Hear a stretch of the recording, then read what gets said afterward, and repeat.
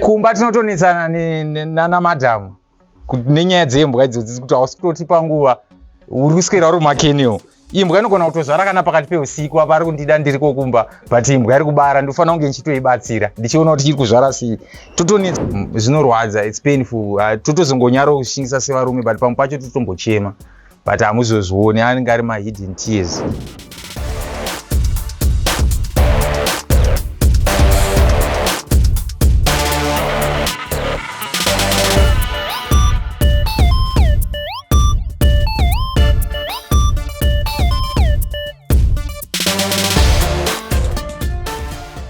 Tinoziva isu kana tichikura tichienda kuchikoro tine mabasa teiti kana ndakura ndida kuzoita mabasa anoita kunge akatonyorwa pasi. Nhasi uno tiri kumufakoseko kune vakomana vari kuita basa redog breeding. Imbwa dzataona panapa dzavari kutochengeta tichiuya tasangana navo vachibva kutonotora imbwa dzavati idzo hadzisi kuchengetwa zvakanaka.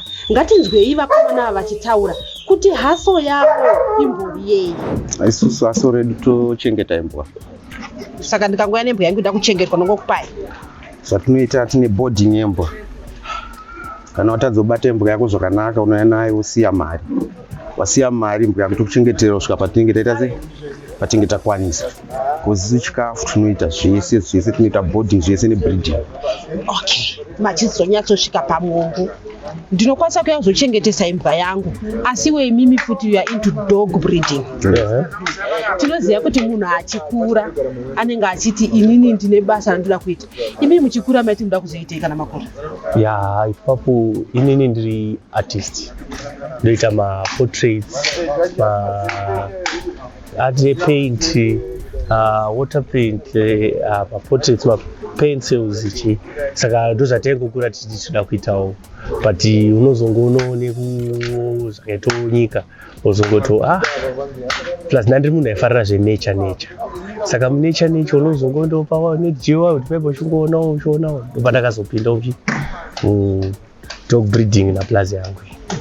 Ko imimi muchikura maiti muda kuitei kana makora? Ini ndaitamba bhora. Saka pakutamba bhora apa mari dzetraining dzimwe nguva yaisatowanika. Tozongodzimara zvebhora zvapera. Zvebhora zvapera une mufano wangu vatamkoma. Kwesusu tandingone mbwa tengochengeta as a pet. But nekufamba kwenguva zvinhu zvakatanga kutodzimara mufano wangu atoiona advice. Mukoma mukwanisire totsvaga female one totanga kubreeda mbwa tichitengesa mapapisi. Saka izvi zvakabva pakuona netgeo wangu. Yeah, nekuda nature. Nekuti gatitangei dog breeding. Exactly. Matanga imimi nepeti yenyu mazoitsvagira kuti mukwanise kubreeda. Saka iye zvino izvi mane mbwa ngani dzekuti munoti iye zvino izvika tine mbwa dzakadai so idzi dzatiri kushandisa dog breeding? Inoitika pa dog breeding isi kuno kuti tine almost 10 but dzimwe dzacho dzinenge dziri muvanhu. Tine mamwe masecurity companies atinge takalinka nawo. Saka ndo vamupota chitiko basa vasione mbwa yavo takatraina takafidha mbwa dzavo tosaenderana pasi topanana mari dzatopanana. Ko zvapaa kubuda kuti nyaya yekutraina? Tototraina. Saka muri kuti imimi hasel renyu munokwanisa kuchengetera munhu imbwa? Ndikauya nembwa yangu iri kuita basa rekuti ndananika hembe inenge ichitora ndokwanisa kukuigirai monditrainera. Zvakanakisisa. And then kana ndati ndiri kudawo imbwa ndinokwanisa kuya kwamuri kuzotenga dzamunenge mabreeda imimi. Zvakanakisisa. Chimbotiudzai kuti mutange izvozvo chiine chii chinodiwa? Tanzwa nyaya yembwa pauya hono pane hadzi chii futi chimwe chinodiwa? Okay, saka paimbwa panodiwa atoti mavaccination aya nepekuchengetera pakanaka pasina tsvina nefeed, proper feed. Haikonongoti imbwa yangu ndongoipa sadza rasara. Imbwa ine chikafu chayo like ana ice feed, bobtail ine chikafu chakasiyana chinongospecify nembwa chete. Chisiri chekuti ndazosiya sadza dzipei. Imbwa dzinodawo chikafu chadzo. Zvichireva kuti munhu wese akangofunga kuti ndinoda kuchengeta imbwa anokwanisa kuchengeta imbwa ere?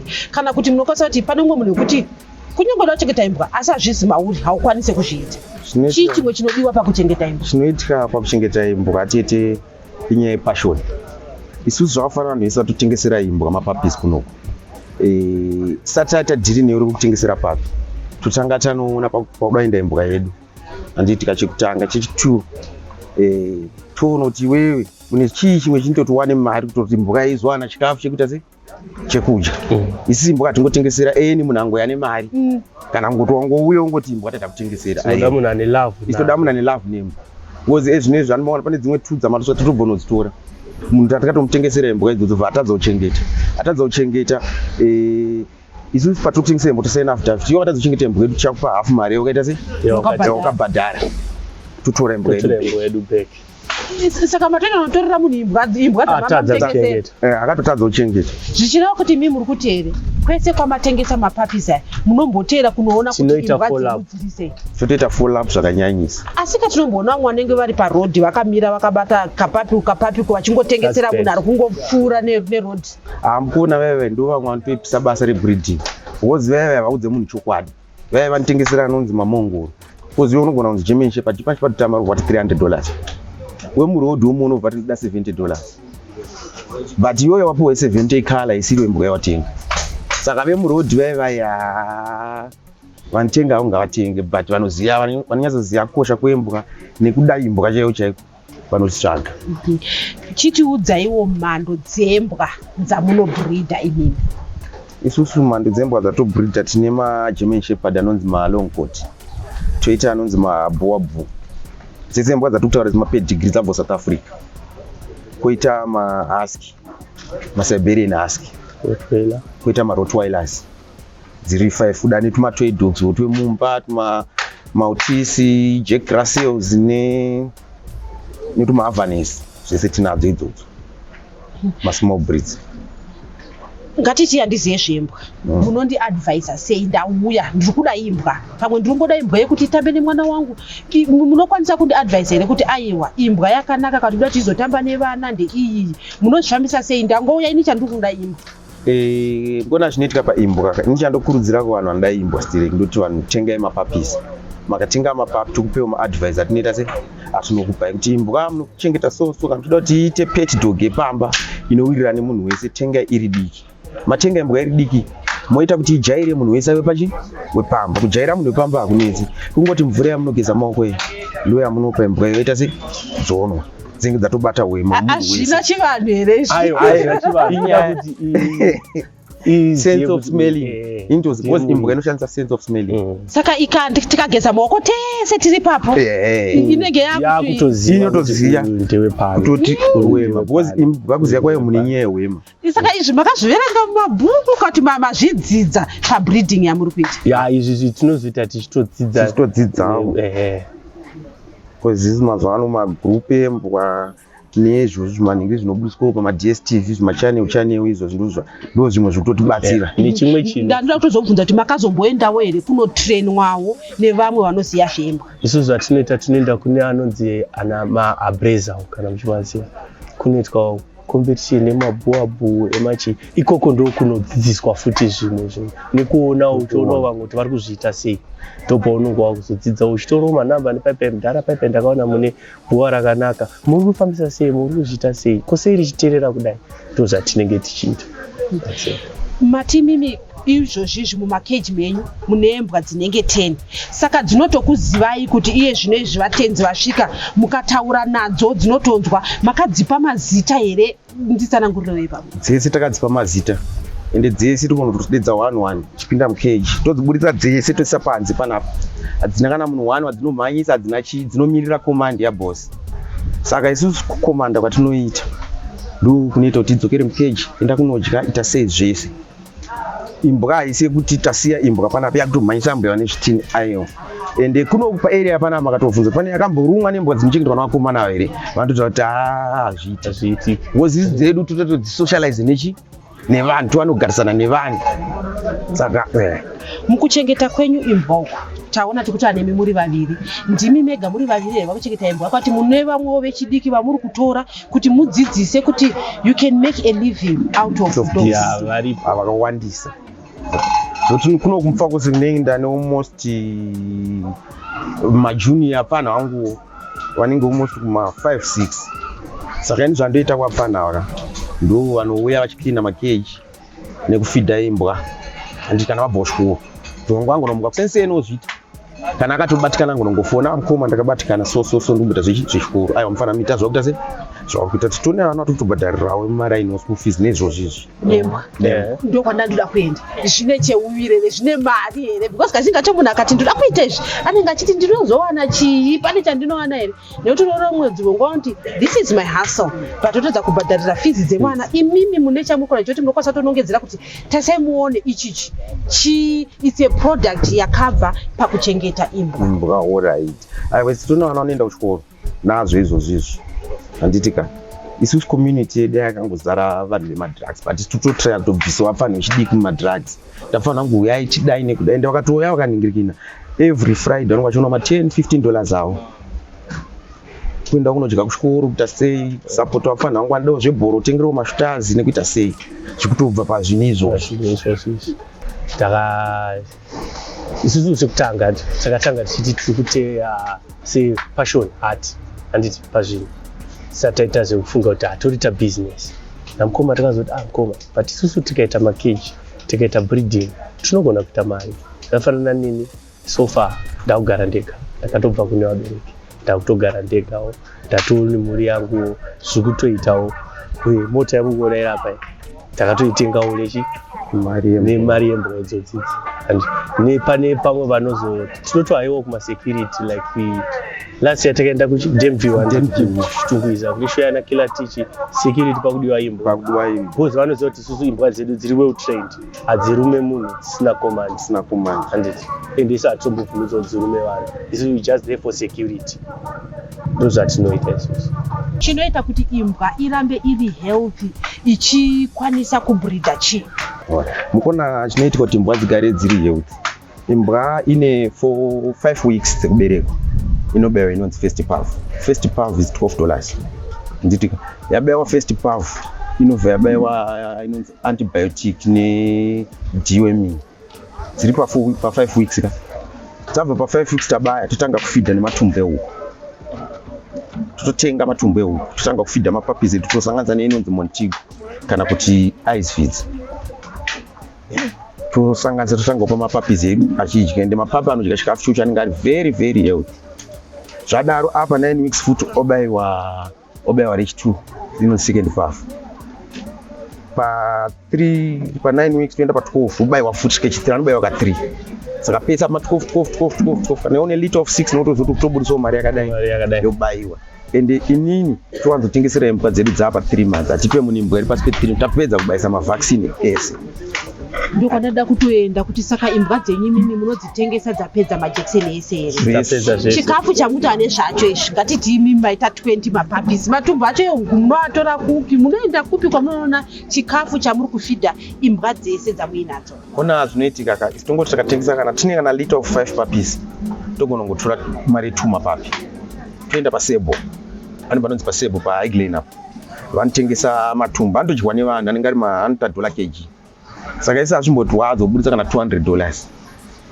engotenga ngoziva kuti ichi isitoke yemapapisi hombe tinopawo chimwe chikafu chedu chinova chiri mumabhaketi because tina vamwe watikabata wemashoko saka hombe hatina hedu pressure sterek topawo nyama nemarice chichi zvinge zvitori fresh sei muri kuavoida sadzi tiri munomufakose muri kuti nyama nemarice sei muri kuavoida sadzi sadza rinenge ririmo but isi sadza sadza totongoisa ongoita kuti apo neapo but chinge chidopa zvinhu zviri balanced diet kuti gare dzine utano dziite dziite zvese zvichiri makatarisa dzirapa idzi munotongoona mego tayo aisi imbwa yesadza advice yamungape mimi kune vamwe vari kuteerera chirongwa chino ichi pamusoro pekubreedha imbwa ndeipi ine advice yandopawo magete usafanira anenge wasiyana nemadrugs ngavawe tingobatsirana kubreeding because kubreeding tine almost magroups emuno muZimbabwe anenge kusvika kuma 40-50 wakauyawo uchipindawo magroup edu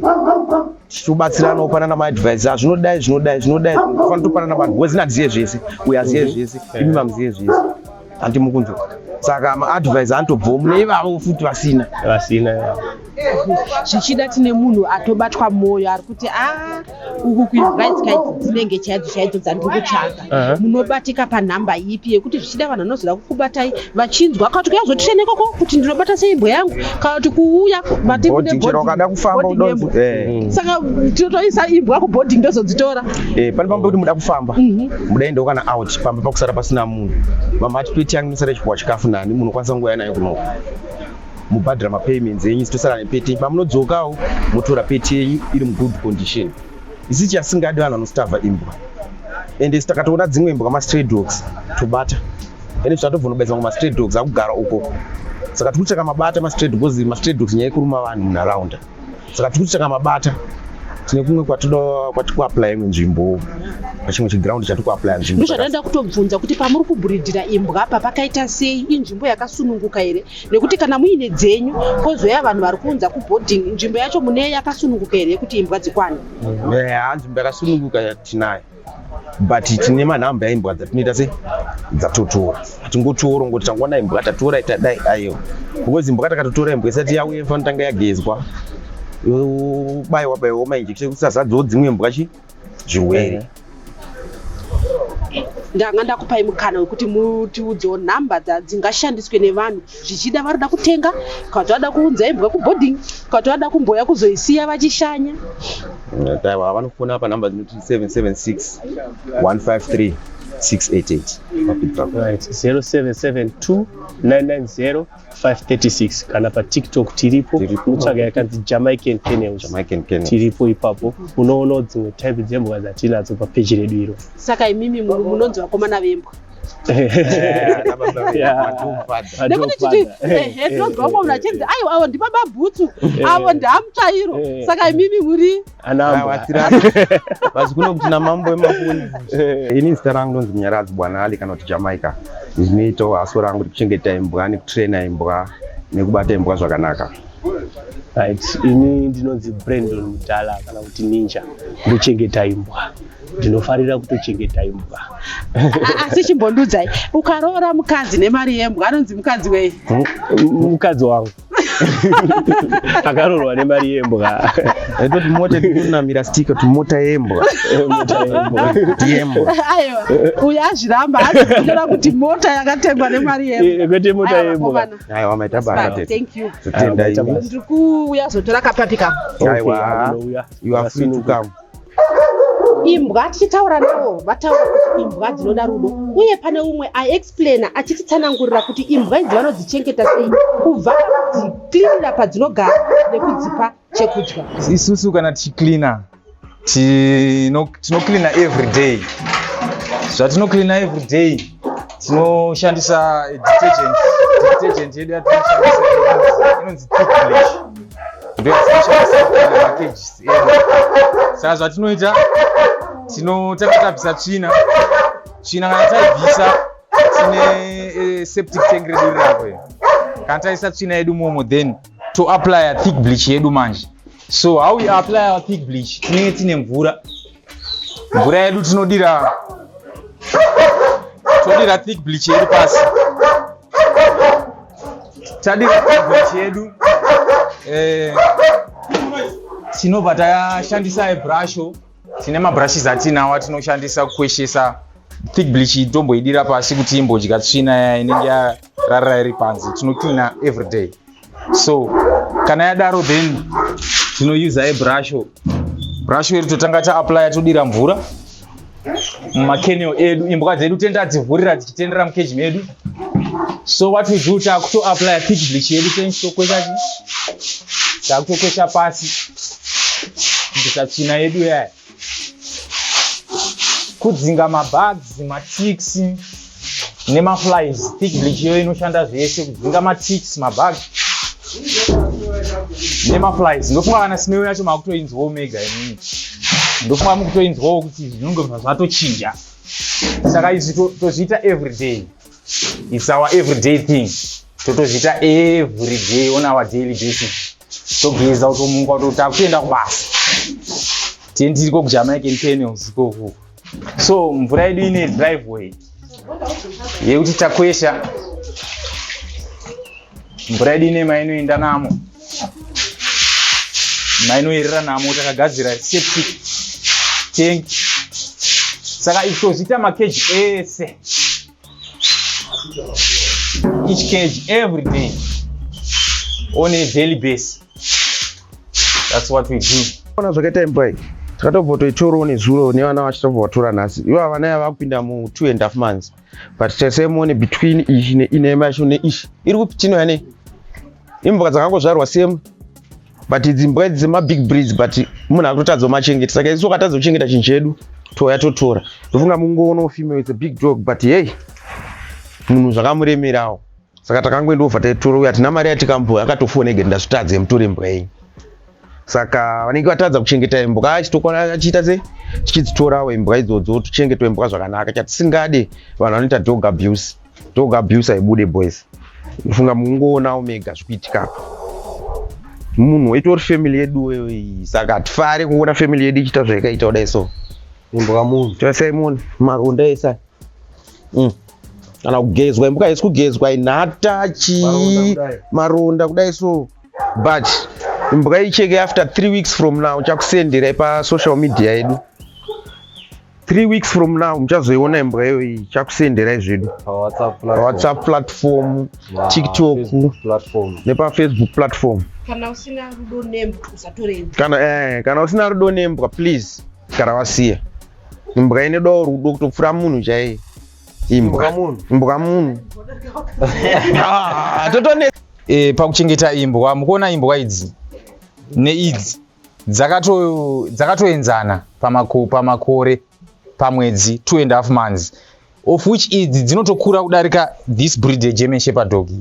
But for the fact yekuti animal cruelty yanga ichiitwa nemunhu uyu kubva kuna mai vacho varapa ebuwabu angasiri kufidha imbwa, but isusu iyi tinayo kuno kuti kuifidha is 2.5 months old, is also 2.5 months old. You can spot the difference kuti animal cruelty yacho ikuitika tinonzwa mwoyo wedu uchirwadza. Saka tinoti kana munhu angotadza tinodzokera hedu totera kune maliters edu tongoti tidzosere, of which tiri vanhu vanotoda imbwa zvekudaro. Imbwa it's our second family. Ndosaka muchiona dzedu dzese dzatiinadzo they are healthy, they are strong. We spend nguva dzedu zhinji nadzo from morning kusvika usiku tingori muno ndo matinotomukira uchiti mubasa. Ndoritoriwo basa redu iroro, sitori pamwoyo wedu. Ya kumba tinotonetsana nana madhamu nenyaya dzembwa idzodzi kuti hausitoti panguva uri kuswera uri mumakenio. Imbwa inogona kutozvara kana pakati peusiku apa ari kundida ndiri kokumba, but imbwa iri kubara ndofanira kunge ndichitoibatsira ndichiona kuti chiri kuzvara sei. Totonetsana but vanotozosvika pakutongonzwisisa kuti aiwa imwe secret iripo paimbwa mukoma mufanira makatengesa imbwa mombopa maiguru mari yese kuti oi mari yembwa iwonotoanita sei ndozvandikaita kwangu zvinezvi dzakutotsvairirwa nekupikirwa zvese. Aiwa saka angotengesa papu 1 but apa maiguru saka chavapa saka izvinezvi chero akaenda kumapati chero akaenda kupi chikafu ari kuuya icho chikafu chirape chindotumira kubasa kwavo. Saka aiwa ndichambotiwo chizvarawo last time apa ndikumbomupawa ndombomupawo mari yese, ndombomuti chimbodyawo mari yese. Ndine mapapi ari kuuya apa ndichambomupawo, but imwe yacho iRottweiler ine 2.5 months yangoenzana neidzi. You can spot the difference kuti munhu waibata imbwa zii zvinorwadza, it's painful. Totozongonyaro kushingisa sevarume but pamwe pacho totombochema, but hamuzozvioni. Anenge ari mahidden tears, anenge ari behind the scenes. Makabvunza brother yangu anoziya, ndotombobuditsa misodzi neyembo ndochema, but for the fact yekuti zvimwe hamuzvioni tende takazvharira edu tiri muno. Nafanira kana ichitozvara blazi andapungwa ari mumakeji mavakupi but ndinotoedzerwa ndirimo just for the love of dogs. Okay, can you just explain pakuzvarapa? Were you trained to help it? How did you learn? It's nature. It's nature. God given. It's ngori talent passed on from my brother rapa munyaradzi. Angondipaso kungobvawo kuti aiwa zvinoitwawo so. Talent. Nepassion nazvo ndakangoadaptawo. Imbwa yakarwara munoita sei? Imbwa yakarwara tinorapisa. Tina vet wedu anonzi Tandi. She's a qualified veterinary. Ndiye anototipawo mabooks ake, ane madetails ake, andauyi ake, ndiye vet wedu. Anototudza kuti imbwa yarwara kudai so ida kuitwa so. tinotoita kana payment plan anongouya orapa kana imbwa dzese. Tine reach out yatani tinayo mari mwezuro yakaitwa neZimbabwe Veterinary Services vanga vakabva kunonzi chi ndiane mabooks aya ane mavaccines edu ndeaids Ufano baisa wakatiri apa vangu baisa kawani. Munhu wacho. Papa nhasi takuti unobaisa mamwe 3 ma-injection akajambwa. Susu semfakozi mangonetsa ukunzwa kuti madrugs fight chichi saka tinoti aiwa say no to kambwa but waiti breed imbwa. Chaiti kambwa.